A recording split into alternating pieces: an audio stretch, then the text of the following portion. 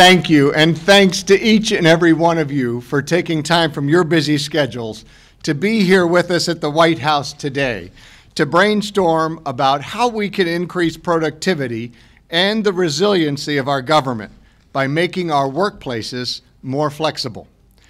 At the start of another transformational period in American business, Andy Grove of Intel said, "There are two kinds of businesses, those that use email and those that will." Today, flexibility is the new email. There are employers that have it, and there are those that will.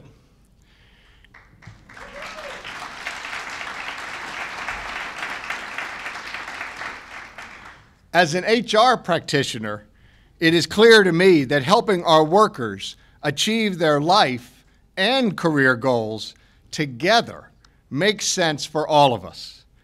When we allow a new mother or a father to work from home part-time, we retain their valuable skills and keep on getting a return on investment for the valuable training that we have made.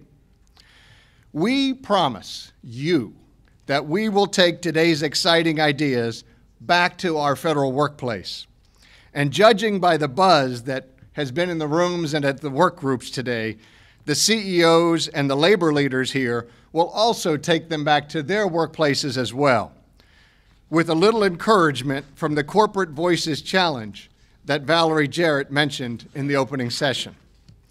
Flexibility will work when we define the results that each worker and team is responsible for, and then hold them to account. We've already started in my agency, and I am very pleased to announce today that OPM has signed up 2 of the leaders in our flexibility field in the country, the creators of the Results-Only Work Environment, or ROWE, Callie Ressler and Jody Thompson, who are both here today. I'd ask them to stand and be recognized.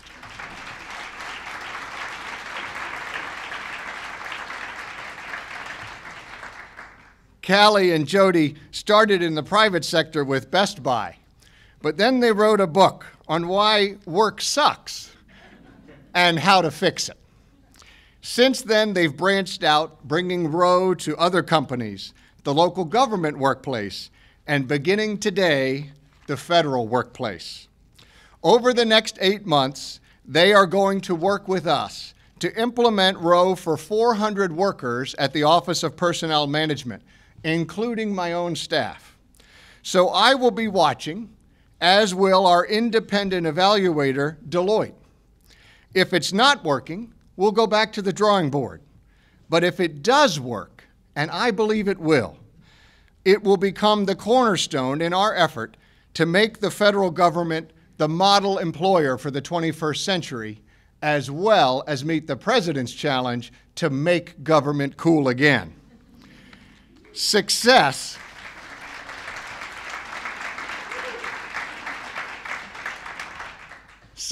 will send a powerful message, because if flexibility can succeed in the federal government, with the unrivaled importance, complexity, and variety of our missions, as well as our red tape, quite frankly, it can succeed anywhere. Our next speaker knows something about telework and the culture we're trying to create. Connected wherever he goes, he's able to work from Ohio in the morning, Washington in the afternoon, and on the plane in between. He and his staff expect to be reachable anywhere, so work can go on wherever they are. And he still has time to watch his daughters play basketball. So now to speak a little more about the importance, especially in our challenging economic times, of harnessing the benefits of the flexibility revolution for both productivity and work-life balance. It is the highest honor and privilege of my life to introduce to you a man I like to call our teleworker-in-chief. A man I could not be prouder to have as my boss, the President of the United States, Barack Obama.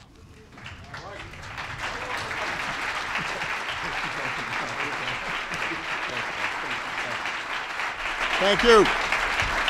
Thank you, everybody. Hello, hello. Hello. Thank you. Thank you, everybody. Please, please have a seat. First, one caveat, I will not be as good as Michelle. So keep your expectations lower. I want to first of all acknowledge John Berry for the extraordinary work he's doing here and for helping to organize this. Thank you, John. In addition, we've got Secretary Hilda Solis is here from our Department of Labor. Dr. Christina Romer, who's the chair of our Council of Economic Advisors. Where are you, Christina? Right there. Valerie Jarrett, senior advisor and chair of the White House Council on Women and Girls. Ms. Melody Barnes, I actually just saw run off to the garden. She was on my list, the chair of our Domestic Policy Council, but she's not here. Karen Mills, who is the administrator for our Small Business Administration, and Ms. Martha Johnson, administrator of the General Services Administration. So I understand you've had a wonderful session. I heard all about it, and I want to thank all of you for joining us today and sharing your thoughts on what we can do as business leaders and advocates, as employees, and as government officials to modernize our workplaces to meet the needs of our workforce and our families. And all of us here today know just how wide that gap has grown. And we're all familiar with the economic and demographic changes that have brought us to this point. However, the past generation or two, as costs have risen and wages have lagged, many families have found they can no longer survive on just one income. And at the same time, we've broken down barriers and opened up opportunities. So more women have entered into the workforce, bringing home paychecks that are increasingly critical to supporting families. Today, 2/3 of American families with kids are headed by two working parents or a single working parent. And the result is the rise of what one expert I know refers to as the juggler family. And for these families, every day is a high-wire act. Everything is scheduled right down to the minute. There's no room for error. If the car breaks down or somebody gets sick or there's a problem at school, that begins a cascading domino effect that leaves everybody scrambling. And I have to say that this is something that Michelle and I have struggled with in our own family. As she told you earlier today, it wasn't that long ago that both of us were working full-time outside the home while raising two young daughters. I was away for days on end for my job, and Michelle was working hard at hers. So a lot of times we felt like we were just barely keeping everything together. When we were at work, we were worrying about what was happening at home. When we were at home, we were worrying about work. We both felt our overloaded schedules were taking a toll on our marriage. And we had it relatively easy. We could afford good health care. We had a wonderful mother-in-law, grandmother, who could help out. We had to ship her in, even in the White House. We both had jobs where we could rework our schedules in an emergency without risking being fired or having our paychecks docked.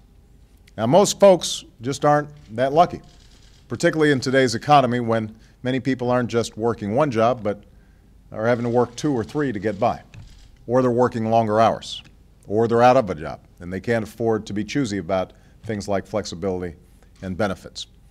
And this disconnect between the needs of our families and the demands of our workplace also reflects a broader problem, that today we as a society still see workplace flexibility policies as a special perk for women rather than a critical part of a workplace that can help all of us. There's still this perception out there that an employee who needs some time to tend to an aging parent or attend to a parent-teachers conference isn't fully committed to his or her job. Or that if you make a workplace more flexible, it necessarily will be less profitable. Now, it's true that women are still disproportionately affected by this issue, something Michelle always reminds me of, which is another reason why it's such great concern for me. But plenty of fathers out there wish they had more time to spend with their kids. Plenty of sons wish they could do more for their elderly parents. Plenty of workers, both women and men, wish they could go back to school so they can beef up their skills and advance their careers. And there are plenty of communities that desperately need the new jobs we can create when we embrace teleworking and mobile workplaces. And as for how this issue affects companies' bottom lines, a report by the White House Council of Economic Advisors that we're releasing today found that companies with flexible work arrangements can actually have lower turnover and absenteeism, and higher productivity, and healthier workers. So let's be clear. Workplace flexibility isn't just a women's issue. It's an issue that affects the well-being of our families and the success of our businesses. It affects the strength of our economy. Whether we'll create the workplaces and jobs of the future we need to compete in today's global economy. And ultimately, it reflects our priorities as a society. Our belief that no matter what each of us does for a living, caring for our loved ones and raising the next generation is the single most important job that we have. I think it's time we started making that job a little easier for folks. Now, many of you here represent companies and workplaces that are already doing just that, embracing telecommuting, flex time, compressed work weeks, job sharing, flexible start and end times, and helping your employees generally find quality child care and elder care. And if you're doing this not just because it's the right thing to do, but because you found that what's good for your workers and is good for your families can be good for your bottom lines and your shareholders as well, then you need to spread the word. My administration is committed to supporting efforts like these. Our budget for next year includes competitive grants to help states launch their own paid leave programs. It increases funding for child care and nearly doubles the child care tax credit for millions of middle-class families. And it provides support for folks caring for aging relatives and for seniors who want to live independently for as long as possible. We're also committed to practicing what we preach and serving as a model for the policies that we're encouraging it. John's been all over this. That's the purpose of the pilot project that John just told you about. And that's why John is working with our Chief Technology Officer, Anish Chopra, to provide opportunities for federal employees here in Washington, but also all across America, to telework on a regular basis. Where regulations are in the way, we'll see what we can do to change them. Where new technology can help, we'll find a secure, cost-effective way to install it. Where training is needed to help managers and workers embrace this approach, we'll adopt the best practices from the private sector. Because in the end, we believe that all of this isn't just about providing a better work experience for our employees.